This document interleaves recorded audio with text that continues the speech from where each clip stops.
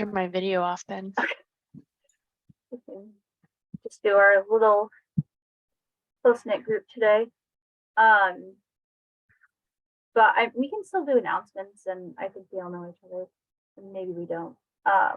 But Colleen is facilitating today, and we'll be talking about the program a little bit more. Katie, It's a nice warm up for me with all you guys. There you go. Facilitate. That's good. I like that. Yeah, that's how I'll view it. Yeah. Katie, you have. I do. I have an announcement. So I'm going to put the link into the chat, but I'm going to caveat that it's not live yet, but it will be live in the next little while here, hopefully like in the next hour. But Clean is doing our webinar series, and this actually links to an old webinar page. So don't go there right now, but go there in about an hour, and it should be live to the new webinar page, which now actually is going to have, it's much cleaned up, much more cleaned up. So instead of just like listing all of our webinars kind of down the page, we've had so many over the years now that we have reorganized the page. So we're going to have like an archive section and a current webinar section, and they're going to be on 2 different pages. And so it's just going to look a little bit nicer. And then on those pages, they're all set up. They just need to be, Monica from Cirque is making one more fix for me and then going to make it live. And so once they're up, I can actually show you all the page too, because I'm kind of excited about it. This needs to change. These pictures, they'll have the words schedule and archive on them, and then you can click on them to go to the pages that list all the, so this is the upcoming ones. And so, yeah, we have 4 in our series this semester, and then each of these has a page where you can learn about it and register. So pretty soon that will be up, and we will be sharing a marketing email out.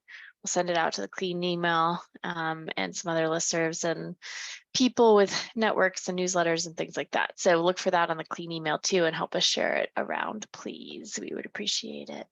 But I'm super excited. Oh, Frank, you missed my preview of the new webinar page. Do you want to see it? No, I really don't, Gina. Please don't show it to me. Bad. So this is the current view of the webinar page, and it's just, we've gotten so many that it just became so long and messy. So we've worked with Cirque and created a new page, and this is the fix Monica has to make for me. She's going to make these pictures actually go into the buttons that are here that are hidden that say schedule and archives, and then you can click on each of these, and so we have like the current coming up, and then the archive that you can see the recordings. And so now they're all listed here. There's just 4 in our current series right now. And then each of these has a page where you can learn more about it and register. And then the same sort of thing on the archive page. There'll be a browse where it lists all the different webinars, and then each one has a page that has its recording. And yeah, so I'm pretty excited about it. That's awesome, Katie. No, that's super exciting. Sorry for being cheeky. I'm in a cheeky space. You're all right. I'm in Arizona. It's good to have humor. Yeah. Wait, Gina, are you here yet? Tomorrow. I'll get there tomorrow afternoon. Okay. In the flesh. But yeah, on the webinars, I put the link in the chat. And like I said, Frank, it's not quite live yet, but it will be live. Hopefully in the next hour, Mana's going to make that one change and then make it live. And then we're going to share it out around. And our first webinar is next Thursday. So please help us share and spread the word once you see that email come through Clean, and once this page is live. And yeah, I'm pretty excited about this new page. We had a lot of work from Cirque and our students, and then me the last 2 days trying to get this all ready to go. So I'm pretty excited about it. So those of you who don't know that the money that makes everything that Katie's talking about is actually comes from my office, and I'm the program manager for that. So Like things don't happen without funds, as you all know, or else it's unequitable because people are volunteering. So anyway, that's Katie. Thank you for making the extra time to share that for me. Sorry for being late. You're fine. Thanks for joining, Carrie and Frank.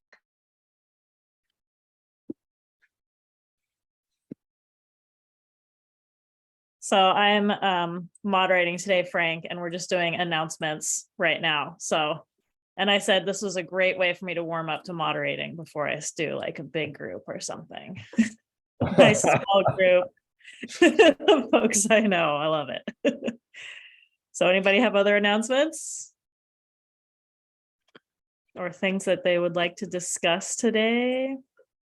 So one announcement I have for you guys is, and this is recorded, so I recognize I'm not only speaking to those of us who are here, and thank you for doing that, Colleen. So in the behind the scenes at the federal government, NOAA has been inventorying all. Oh God, I hate to do this, but I have to take this call. I'll be right back. We know Frank is important. While he's doing that, I here.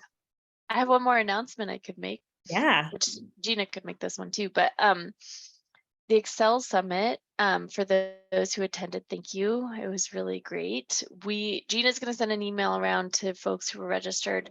We're going to do one more push to try to get people to fill out the survey, because we're trying to collect data from it so that we can hopefully, use that towards justifying future events, either having them through even the little funding we have, which doesn't go towards the Clean Network, but we're hoping we can maybe try to find other funding to help keep this event going in the future. So it would really help us to have folks do that survey. And just so people know, then I will send an email once we get some survey results.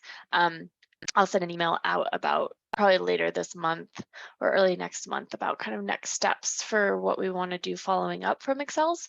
And we can have a discussion about that on a clean call in like late October or November, something like that. But we have some thoughts that came out of the discussions there. And so I'll share that around with the Clean Network through email and on calls and things like that. So I just wanted people to know that we are working on that, but we kind of want to get a little more data from our survey if we can before we kind of do a lot of. Great. I was bummed I couldn't go, but we did have it was our retreat for work that had been postponed twice because of people getting COVID. So we finally had our retreat. And I was recovering from COVID, but at least negative by then, so we could finally have it. So I look forward to hearing and seeing those kind of takeaways, and that hopefully you guys can keep it going next year. Yeah, that's funny, Colleen. Anyways, yeah, I'm sad you guys couldn't join, but I'm glad you were able to have your retreat. Gina, actually, we had a lot of issues. We tried to have a work retreat this year for Series, and Gina couldn't come because her flight was delayed and just like canceled in the end or something, right? Like you just couldn't get here. And then somebody else was super delayed. And then we had 3 people with COVID. So we did sort of a hybrid retreat, but yeah, it was not a good year for trying to do work retreats. Yeah. So I'm glad yours was. Yeah, we did finally do it, and it was fun. It was like beautiful. It was beautiful fall colors here at this like small town. And actually it was kind of nice because the place where it was after the tourist season, like right after the tourist season, so it was still kind of nice, but a lot less people around. So that was cool. That's perfect. To be there. Yeah, exactly. Yeah, so I am going to, so one of the fun things that I've seen you guys do is this like blob thing for your mood for the day. And what I decided to do today is I found a Leia quote one.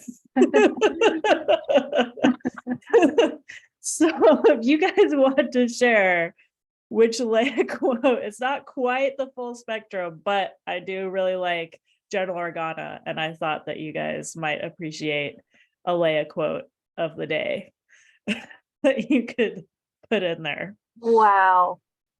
This is amazing.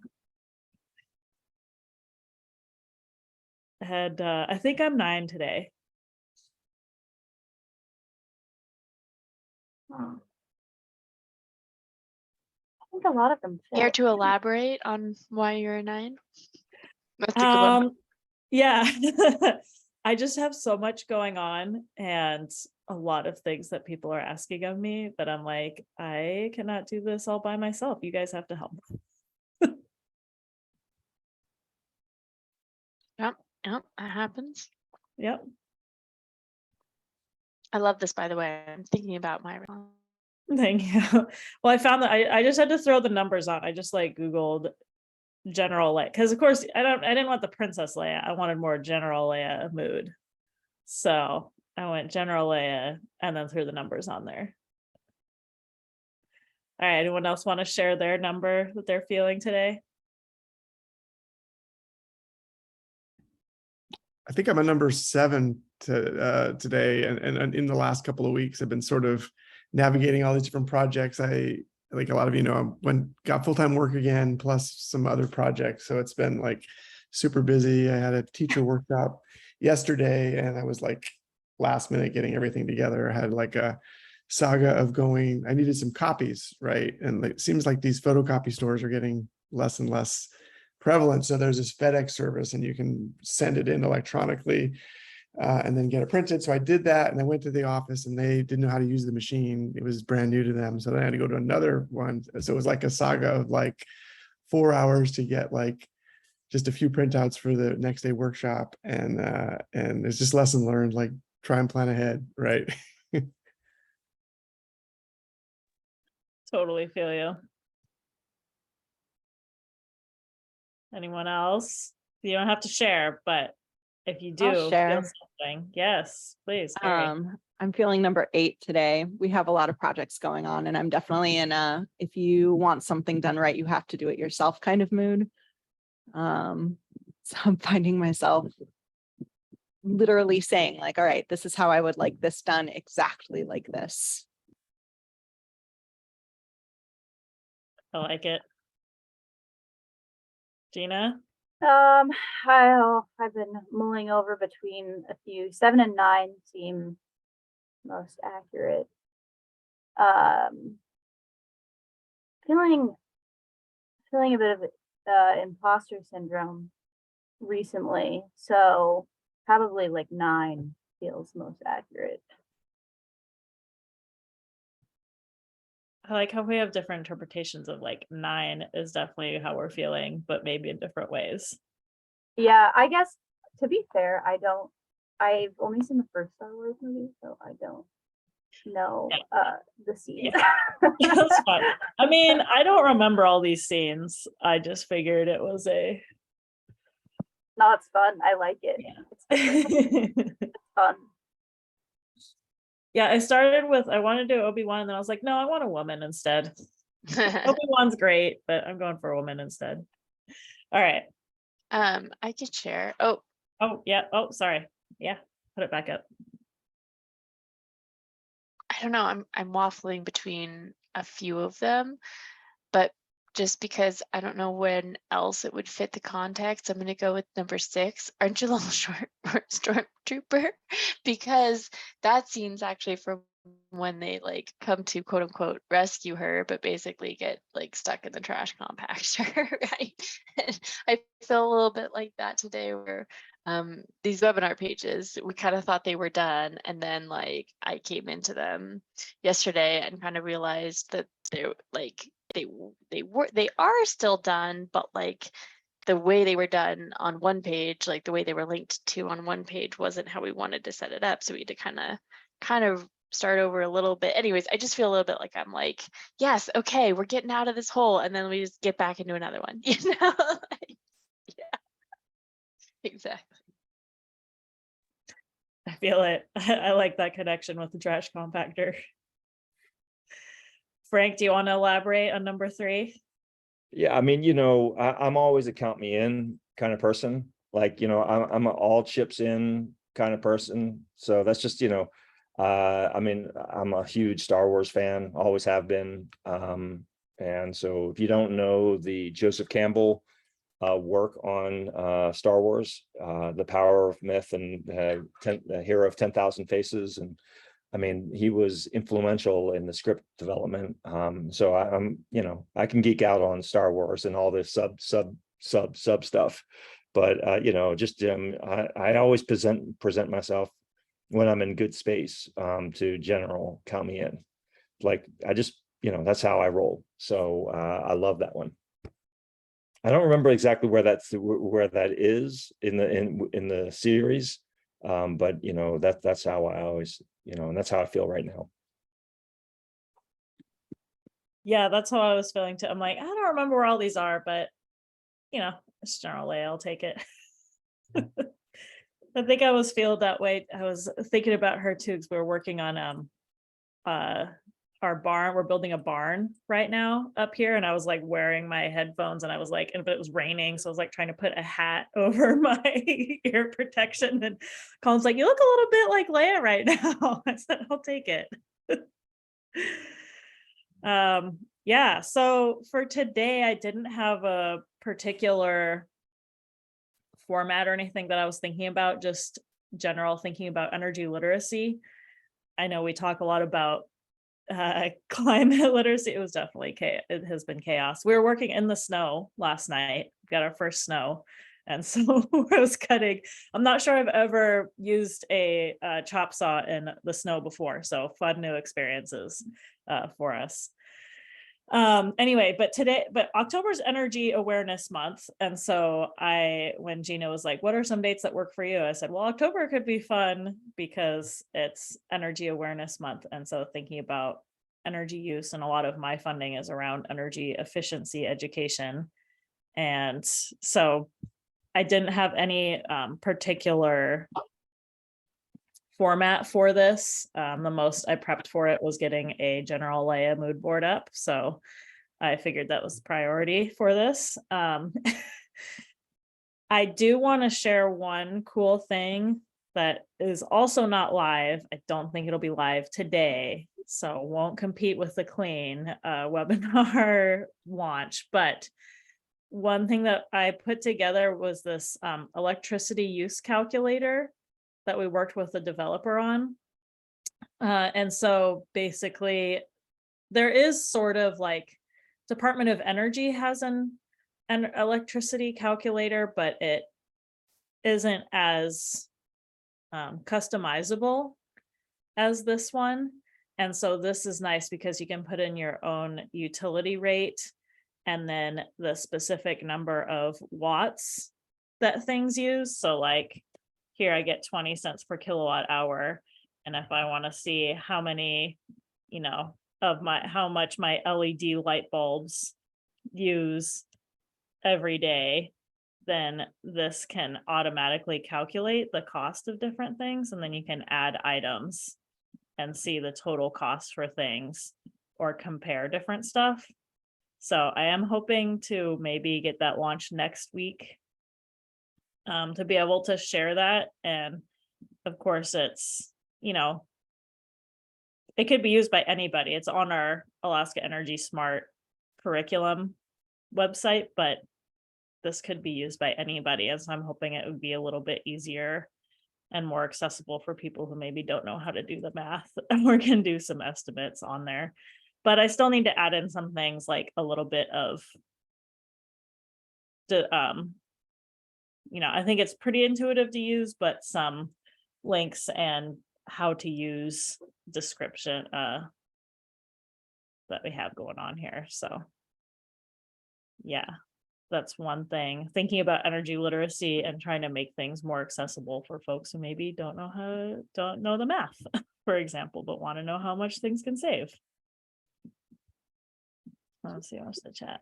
Oh yeah. Colleen, there's an interesting the thing I was going to announce before I had a reference call that I had to help take, and playing phone tag with this person was, I'm like, I'm sorry guys, I'm just going to have to, if I don't, it'll be a week and 2 weeks before we finish tagging each other. So I'm back.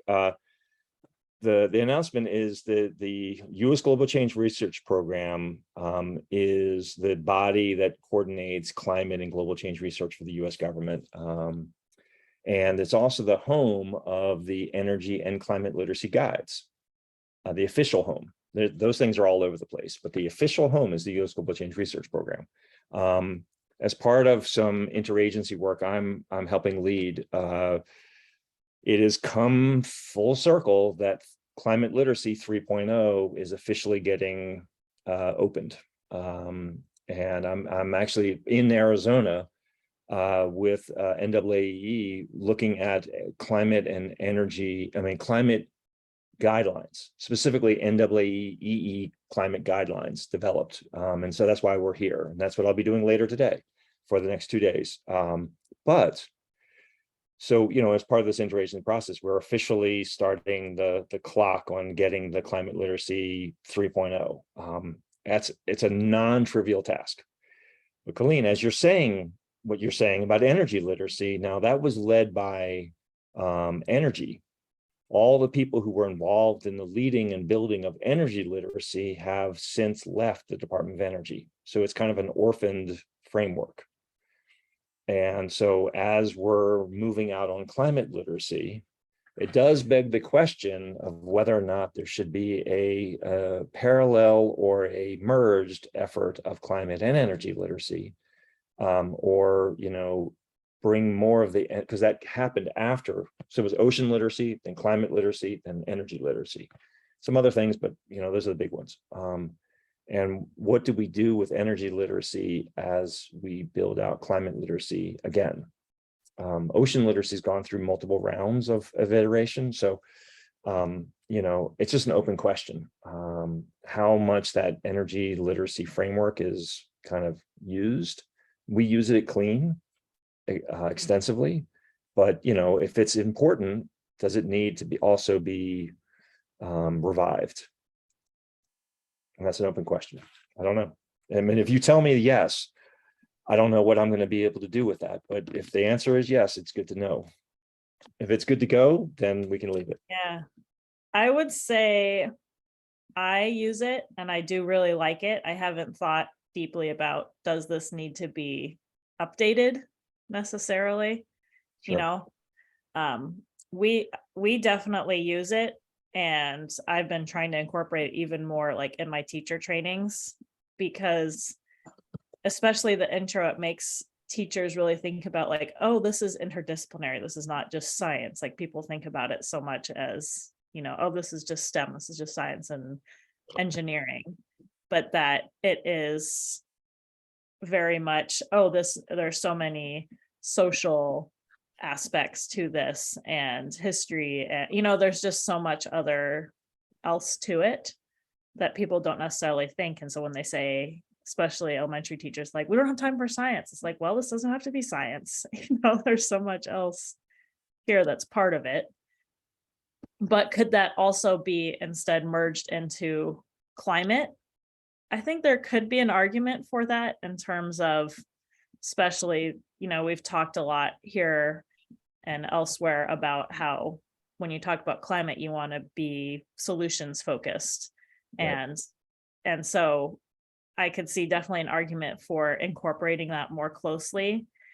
And even in Alaska, well, and I should say even in conservative areas where climate change was so taboo before, that talking about energy and not talking about climate was really beneficial. And that's really changing. I mean, I was in Healy last week, which is a coal mine, right? Like pretty much everyone there, their money comes from the coal mine, right? That's how that happens. And yet I was sitting there talking about energy. And as soon as I say, well, what do you guys think about energy? They're immediately talking about renewables. They're talking about pollution. They're talking about, why we might want to use this. And these are kids even a year or two before, I start talking about that. And they say, well, my parents work at the coal mine, so we have, we can't use less, sort of thing. And that's already changing. Yeah. And I don't know if that's also true in other areas. But that has started to be my experience here, at least. And so maybe a little bit less need for it to be separated. I don't know if other folks have thoughts along those lines.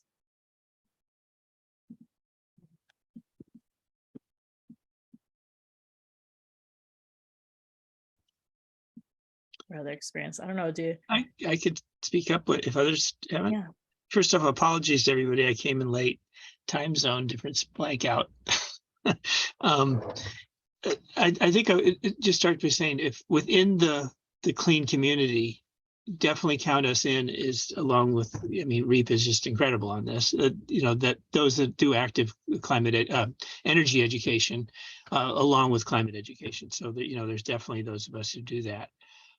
It's long term. Our work is very much solutions based, or, you know, action based solutions. That's what the students are learning to do, is do that.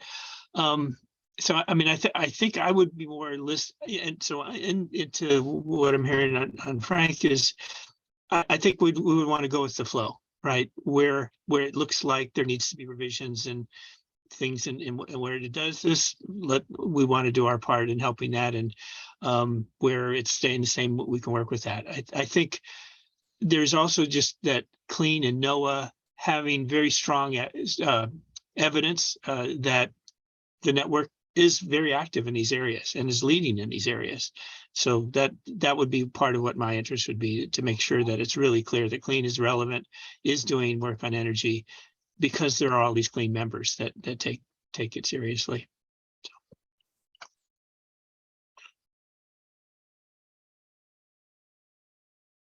I just did a little digging, and it looks like their energy literacy, I don't know how they did this. I didn't even know about this. Is up to version 5 that was released in March of 17. So what that says to me is it's probably a good parallel effort. I mean, I don't need to make this more complicated than it's going to be, which is massive. So, but it seems like energy literacy is in good shape. You know, so anyway, so I mean, I didn't even know that they're up to version 5. I didn't either. But there's been no updates on the climate literacy framework since 9. those were first developed, right? Version 2 was yeah. released in March of 2009. So that definitely needs some work, an update. Yes. 100%. I mean, teachers have been asking me about this exact thing. Like, is that good enough? I mean, you know, is it old? And we did this in the Clean Network, and we reviewed the framework, and we had they weren't massive tweaks, but we had some changes, but it wasn't huge. So, but it clearly, you know, I guess what I'm taking from this conversation is that we probably should double back and look at energy literacy 0.5 or 5.0 and see how does any of that change relative to the Clean website. Yeah, I was just going to say that we should definitely do, because see if it changed anything drastically, and then consider. Also, the thing with the climate side is it is harder, because I do think some of that may be somewhat drastic in terms of, like, so much of the climate education field is moved towards, you know, empowerment and action and things like that. And I guess that kind of fits into the guiding principle, or principle 7, but maybe it could be just a smaller update. But yeah, this is good to know, Frank. Thank you about energy. We'll take a look at that. A couple thoughts on things of well, one is in kind of weaving this together with other conversations we've had recently, that now that there are these 3 acts and bills that have come out of Congress and the federal government, we're now looking at substantial amount of money and commitment by the government toward types of climate action, energy in the field of energy, centered on the field of energy. That has a lot to do with workforce development and careers. And this is also work that will happen in people's homes. It's not somewhere else in windmills or something. I mean, it's like people need to know about it and care. So, I mean, there's the question of maybe looking from that angle too, of like, with the work that's going on, you know, no matter what, we want Clean and the Clean Network to be always relevant and always in the game, right? Not no argument that somehow, okay, it served its purpose. That's not true. And I forgot the second point. So I'm going to come back a little bit, but I don't want to monopolize when I don't know what I'm talking about.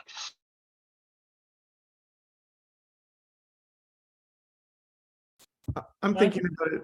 Oh, sorry. Go ahead. Go ahead, Eric. I'm thinking about it in the context of a project, this K-12 curriculum that we're working on for California.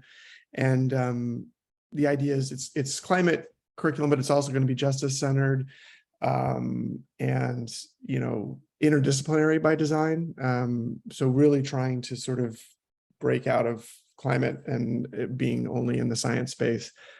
And so we're looking at all the standards for not just the science standards, but the history standards, the ELA standards, social science, math in particular, and fourth grade is where energy appears big. And one of the touch points for energy in NGSS. And we've sort of kind of trying to take that interdisciplinary lens and focus, are trying to think about it with respect to energy use over time in California and how it's changed. Indigenous times, how was energy used and where did it come from? And then, during the Spanish and Mexican kind of occupation of California and what was going on there, and then sort of through to California becoming a state and how it's diversified and what that's meant for the landscape of California, like the huge hydroelectric plants that are here, that are paired with the reservoirs that collect the water that we use in the urban centers and the agricultural centers. So all that to be said, it's like maybe what I'm not seeing in this literacy guide is something around conservation, and a really sort of a pointed sort of emphasis on the idea that energy not used is probably the best kind of energy, and has the least carbon footprint.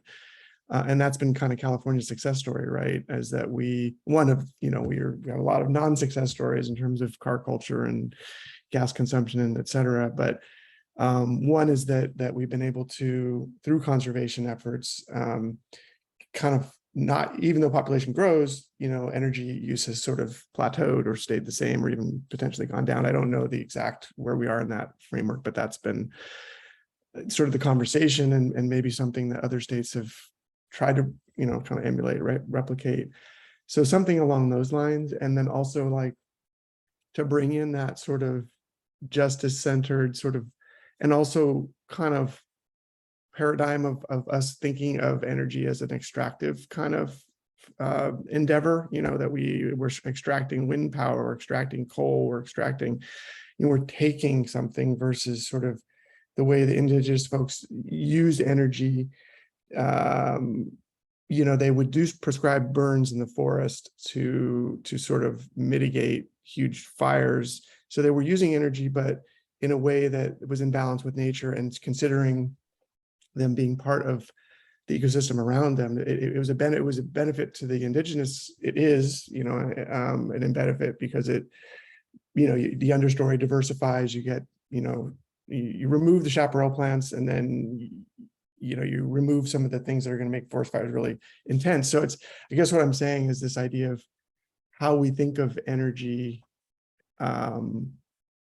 as a tool to sort of live more in harmony and sort of in balance with things, as opposed to sort of this extractive, and I know a lot of energy is about what we need and what we take, and it's pivoting to other sources which are presumably better.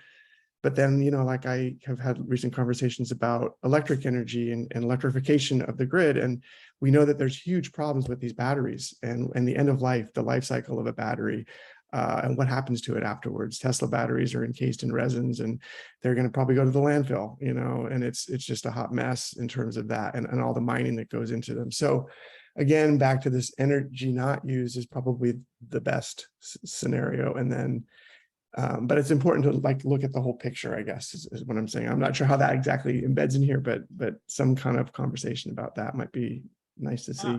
Eric, I was just thinking the same thing too, because kind of 2 points. Electrification is also efficiency, right? Because it's overall reduced energy use for sure. And I was just thinking, I mean, I have to look again, but I'm pretty sure that's not included in the energy literacy principles, even in version 5, that kind of emphasis. But I mean, like, that's where most of my funding comes from, is Alaska Housing Finance Corporation. They want me to teach people about reducing your energy use at home. Like, that's such a huge, and obviously that's a simplification, but that's right why they fund my work and this position, the curriculum, because it's all about what, and I say that so many times when I'm talking with students, it's like, we want to use less energy use, no matter where it's coming from, whether it's solar, wind, non-renewables. Obviously want to use non-renewables less, renewables more, but it is super important because it takes resources to build those. And I think you're right on thinking about the batteries and who's building those batteries and the human rights violations that they're really concerned about as well. There When do was you- a I There think was I an saw interesting- Katie and Jim also.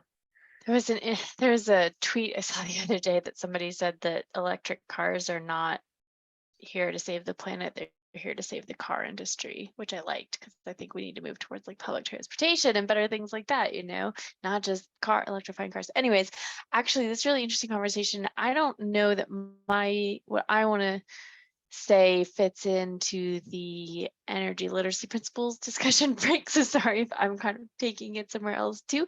But I had an interesting conversation with someone I connected with at Rising Voices last month. And she was thinking about developing, and I told her that we'd be interested in it, but resources around Indigenous led energy projects, because there's a lot of work that is happening even currently. So Eric, you brought up the idea of kind of like, historical uses of energy from Indigenous peoples, but also I think there's a lot of work that's currently happening with tribes and on Indigenous lands of trying to reduce their energy use and move towards renewable energy use there too. So she was talking about where there are a lot of resources and clean about that. And I said, no, but we'd be interested in them. So that's actually, you caused me to think about, like, does anyone on this call know of good resources that teach about that aspect of like Indigenous energy use currently or going into the future? Yeah, so there's the ICE network in Canada that I just threw a link to that. Awesome. Yeah, and so they also did several podcast episodes of looking at like tribal led energy projects, or like Indigenous led energy projects around the world. And so that might also be of interest. Cool. I'll take a that look. came Thank from you. them. Mhm. Thank you. Yeah, if anyone else knows of others, let me know. But yeah, that's an interesting part of this too, that I think, we talk about that in climate, and it's not in the literacy principles either, but Indigenous solutions to climate are so important. And I think similarly here, like they're kind of leading on some of the energy stuff too. So Yeah, and sorry, Jen, I want to add another. Yeah. This is a little bit of tooting Reap's horn, but we are working with NREL, Department of Energy, has this ETIP project, so Energy Transitions Initiative Partnership Project, such a long, awkward name, but it's basically the working with small communities who are transitioning to clean energy and its efficiency and renewables. And so REAP is one of the main partners working with communities on that. I don't have a quick handy link, but I'll throw it in. But that is another cool, another resource, maybe saying like, and that's some like unique projects like the Alaska's Longline Fishermen's Association, working with them on their, on that, and like, a lot of hydro and if it, those sorts of things, and like a net zero building in the Northwest Arctic Borough, some really cool projects that are happening that are being led from the community level. Okay, Joe, I've cut you off enough. I'll let you go. No problem. No, it's good. Then break. So wondering also how do folks think about this a little bit?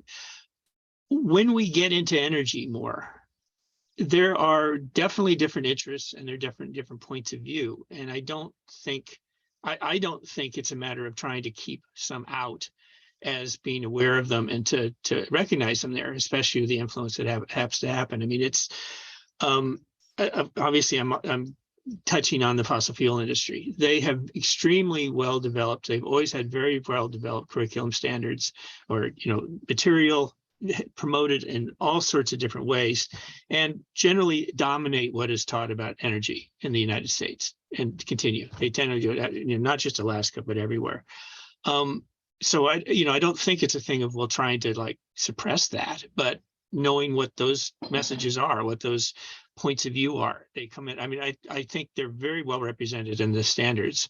There's different things, and part of the way that I became aware of it is when California adopted that there would be environmental education through K through 12, and then looking at what was being developed. And it was, when it came to climate change, there was influence, but when it came to energy, man, oh man, that the book that was being published by California for all K-12 schools was extremely closely aligned with exactly what the Society of Petroleum Engineers had produced. This is what we want taught in the schools. It was almost word for word their message. And then we traced it out that the person who was the editor had actually told the person who was supposed to write it, no, you're going to use this. And then she rewrote it while she was a Chevron, a long-term Chevron PR person.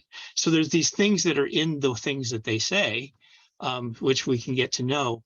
And it's so well taught. I mean, so heavily taught. Need does it, is a big thing. But how do we have these other voices? How do we have, these aren't just opinions. These are different takes on what we should do about energy. And absolutely indigenous knowledge and indigenous work, the things that Eric's referring to.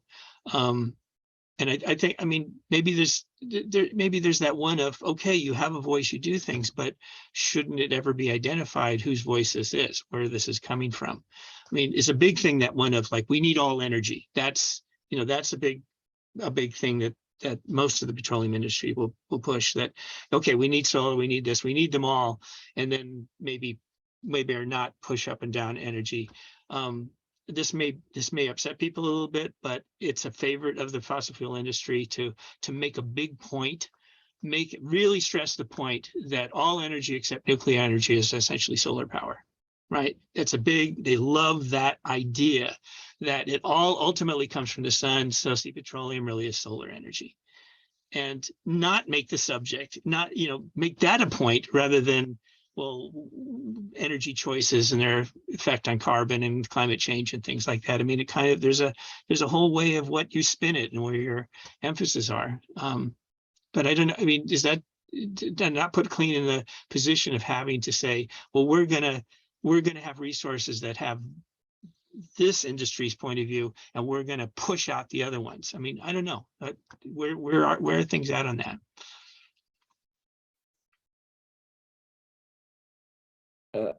Katie, do you want me to take that question, or Gina? So I mean, Jim, I think the way the Clean would handle that is, the review process of what we bring in and the Clean network. Like, as far as I know, no one from that vantage point is a member of the Clean network. So no one's come into this space and tried to move those points here.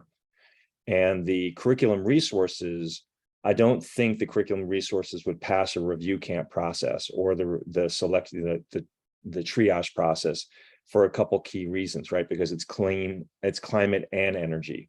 It's not just climate and it's not just energy, it's climate and energy. So I would think that those would just not meet the requirement process that we have, because we understand, education versus marketing. And this is an education effort, not a marketing effort. And those are marketing points, not educational points, in my perspective. So, I just don't see that whether we're out competing them in the classroom as far as a marketing strategy, that I'm pretty sure that they're doing a way better job of marketing, but we have more trusted content. So, we'll see how that wins over time. Colleen, is it okay if I make a second point? So there's another aspect to the tribal perspective on energy that I found at a Utah event this summer, and that is that the creation of energy is intersectional, and the Nez Perce in Idaho are having a hell of a time with the recovery of the salmon because of hydroelectric. And in Washington State, there's this like, yes, clean energy, hydro, and they're like, well, hold on. The salmon are disappearing in the high mountainous parts of the plateau of Idaho because of those dams. And so what they've done is said, we're going to work with our community to create enough solar, mostly, energy that makes those dams disappear as a need. That's it. So that it's not just climate change and a transition to a low carbon economy. It's also biodiversity and food justice and tribal justice and worldview perspectives that are, so this work is deeply intersectional. And so they've done some really amazing work. If they figured out how many kilowatts or gigawatts are made in those dams, and like, if we can work over here to make that need go away, can you take the dam down so we can actually restore the salmon? Like, just to use, like, that is a wonderful, rich learning, cultural, civic exchange that I think for students and learners is these are not just abstract concepts, and they tap into long histories of decision making and what's good and what's working.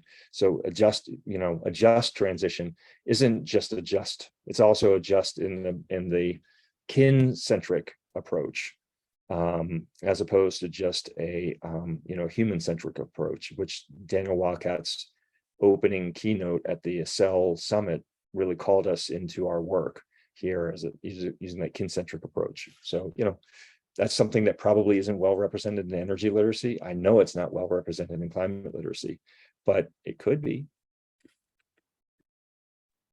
That's one of the things we really have been working at on the education side at REAP, is incorporating those perspectives and those projects within our own work. For example, I'm doing like a virtual session on biomass here in a couple of weeks with students around the state, and I'm inviting in a wood carver, a traditional wood carver to be talking about this, because I don't want to be talking about biomass as just a renewable heating source, right? The trees are not just there for us to cut down and burn to use for heating, like, what's our holistic approach to this and thinking about that. So I really appreciate that other people are thinking about that too, because I certainly don't feel like I'm doing it, perfectly, or, that I could be doing better at it. So I'm glad that we're thinking about this. I'm going to check out that Nez Perce resource that you shared as well. That's fantastic. And I put a few more links in there of some of the stuff going on in Alaska, which I think Alaska, because we have, 12% of the world's microgrids and the most microgrids of the United States, and many of those microgrids are on, Alaska Native predominant communities, that we have so much that's going on here that is being, the good and the bad, like how this has been done right and how it's really not been done right.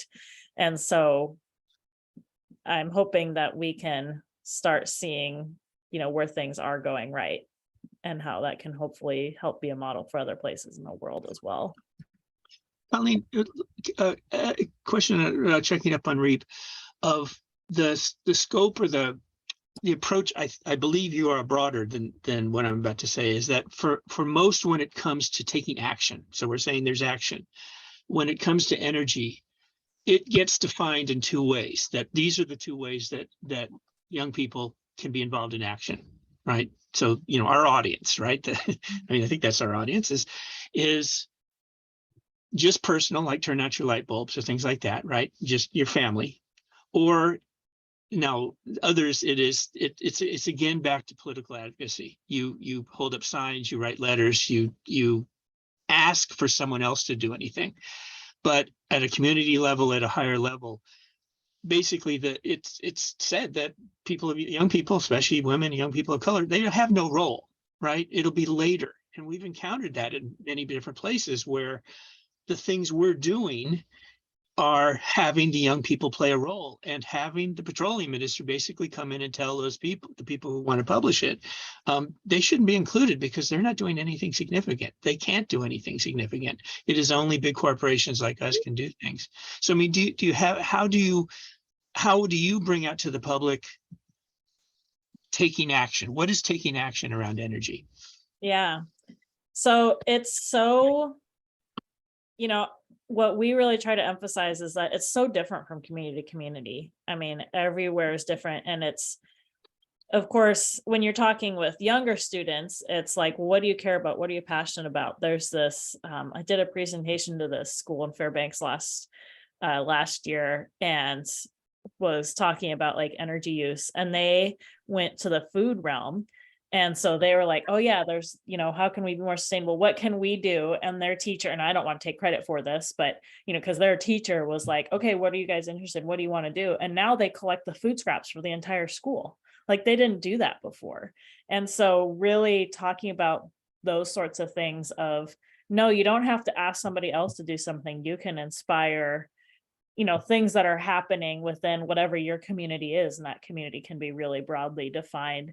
It's not just the community that you physically live in, but that could be the community that you interact with and engage with, either at the school level, or maybe that's at your church or wherever else that is, that you can do that. And I think that's what we all want to see, right? Like that's such an awesome success story. I went back and visited again this school year to that same classroom, and the teacher's like, yeah, we're doing it again. And she showed me, and she does this, where they make a bar graph of how many pounds of food that they have collected each week, so she's obviously incorporating it in an educational way within her classroom.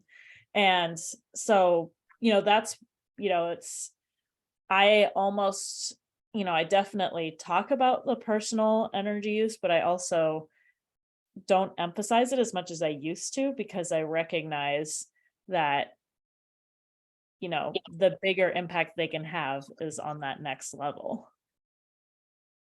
I don't know if that sort of answers your question or not, but. Well, would it be agreed we need to work on that? There are things that ways that young people can take action. Otherwise we're preaching they have no role. Exactly. Yeah, no, it's definitely empowerment. I mean, that's part of a huge piece of it, is that, yes, you can do this. And it's not just turning off the lights, it's like asking your parents if you have LEDs. It's, reminding your teachers to turn off the projector at the end of the day. It's not just the, you remember to turn off the lights when you leave the room sort of thing. And that, but that's great. And that's totally appropriate for elementary school. Exactly. And they should continue it. But by high school, generally the standards, if you have another one, is they're going to do something at the community level. They're going to do something bigger. What can they do? Yeah. So Jim, one strategy that seems to be picking up, and I know we're almost out of time, is the first action in the community work is to look at what is the climate action plans that you're under, where you are, understand the goals, the strategies, the techniques, the implementation, the projects, and contribute to those, push on them, accelerate the things that we're already committed to. Vast majorities of people are under a climate action plan of one form or another, whether it's you have the international, then we have the national, and then we have state, county, municipal, institutional. I mean, it's so when you start looking the fractal of climate action that you are under, you can either see a really robust ecosystem of actions, and inside there you have like transportation section, here's what we're doing. Electrical production, here's what we're doing. Water, land, buildings, you name it, it's all laid out. But what's really important now is that we're at the implementation is just beginning phase.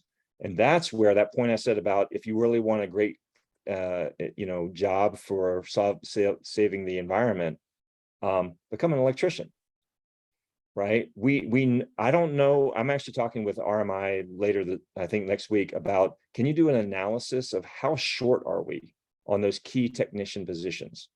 Like a credible, detailed analysis. How short are we? Because I think we're really short, but until we get a really clear number that has got some heft behind it, we don't know what our target is. I know we don't have enough electricians today. And if we're going to push everything into the electrical system, you know, and all that, we're going to need a hell of a lot more, but that is not an actionable number. A hell of a lot. You know, I don't want to overproduce or underproduce. I want to do this. And that's just one technician class. There's other technician classes that we need to do that analysis on.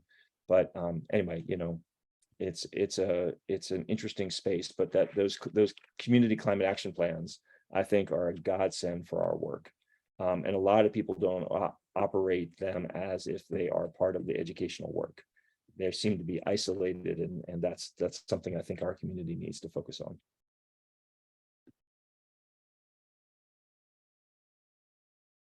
Yes, I wish we could keep talking, but it is 10:02 or 2:02 or whatever your people out Whatever east time zone we're in. whatever time zone you're in. So yeah, I really appreciate you guys jumping into this, thinking about energy stuff with me, and I hope that we can keep doing more of it. And I just downloaded all the stuff that you guys stuck in the chat that we don't have time to talk about. So thanks, Eric, for throwing that in there, and Frank for the resources. Dig into that. And thanks so much, Colleen, for facilitating too. It was great to have Yeah, you We'll do it facilitate. again. Yeah, it's I'm so great. excited that you're joining us as a facilitator. Well, I mean, you've joined clean, obviously you've been on clean calls, but yeah, I'm glad you're facilitating. Yeah, I'm happy to be the puppet master. Great. This is within the scheduling is always tough. So I'm glad I could get this one in now, and hopefully some more next year too. Definitely. Yeah. Thanks, Colleen. Thanks, Thanks, everyone. all. Thanks, everyone. everyone. Have a good one. Have a great one.